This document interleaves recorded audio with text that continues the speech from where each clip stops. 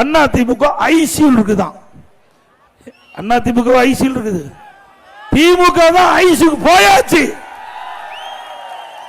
நான் ஏற்கனவே சொன்னேன், ஒரு பேஷண்ட் ஒரு ஆபத்தான நிலையில் இருக்கும்போது அவருக்கு வெண்டிலேட்டர் வைப்பாங்க. அந்த வெண்டிலேட்டர் அது இருக்கின்ற வரை அந்த உயிர் இருக்கும். வெண்டிலேட்டர் எடுத்தா உயிர் போயிடும். இன்னும் 7 மாசம் இருக்குது. மக்கள் உடைய அதிகாரத்தை பறிக்க அதுக்குள்ள இந்த ஆட்டம் போட வேண்டாங்க.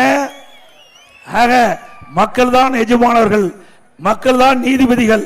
அவள் நினைத்தால்தான் ஒரு ஆட்சிக்கு வர முடியும், ஒரு ஆட்சியை இறக்க முடியும்.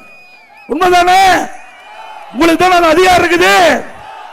ஆனால் திரு கருணாநிதி குடும்பத்தை சேர்ந்தவர்கள், திரு ஸ்டாலின் குடும்பத்தை சேர்ந்தவர்கள் அவர்கள் எண்ணுகின்றார்கள் சர்வதிகாரத்தை போல பேசிக் கொண்டிருக்கின்றார்கள்.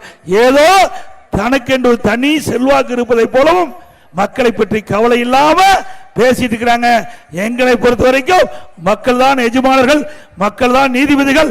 அவர்கள் முடிவு செய்து விட்டார்கள். அடுத்த ஆண்டு நடைபெற்ற சட்டமன்ற பொதுத் தேர்தலில் அண்ணா திமுக தலைமையில் அமைக்கப்படுகின்ற கூட்டணி வெற்றி பெற்று அண்ணா திமுக தனி பெரும்பான்மையோடு ஆட்சி அமைப்பதற்கு மக்கள் தயாராகி விட்டார்கள்.